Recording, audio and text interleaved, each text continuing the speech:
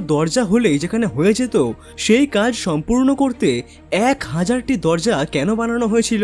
আর এই 1000টি দরজার মধ্যেও 100টি দরজা ছিল নকল, মাত্র 900টি দরজাই আসল বানানো হয়েছিল। কিন্তু কেন? আর সব থেকে গুরুত্বপূর্ণ, এই বিল্ডিংটিকে 1824 সালে, মানে আজ থেকে প্রায় 200 বছর আগে প্রচুর টাকা খরচ করে ঠিক কী কাজের জন্য তৈরি করা হয়েছিল?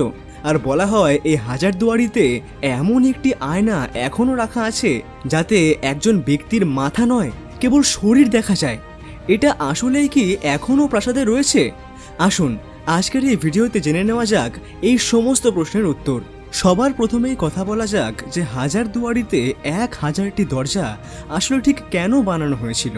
তবে তার আগে ছোট্ট করে এর ইতিহাসে একবার নজর দেওয়া যাক। 1823 সালে পশ্চিমবঙ্গের মুর্শিদাবাদ জেলায় গঙ্গা নদীর তীরে এই প্রাসাদটির নির্মাণের কাজ শুরু।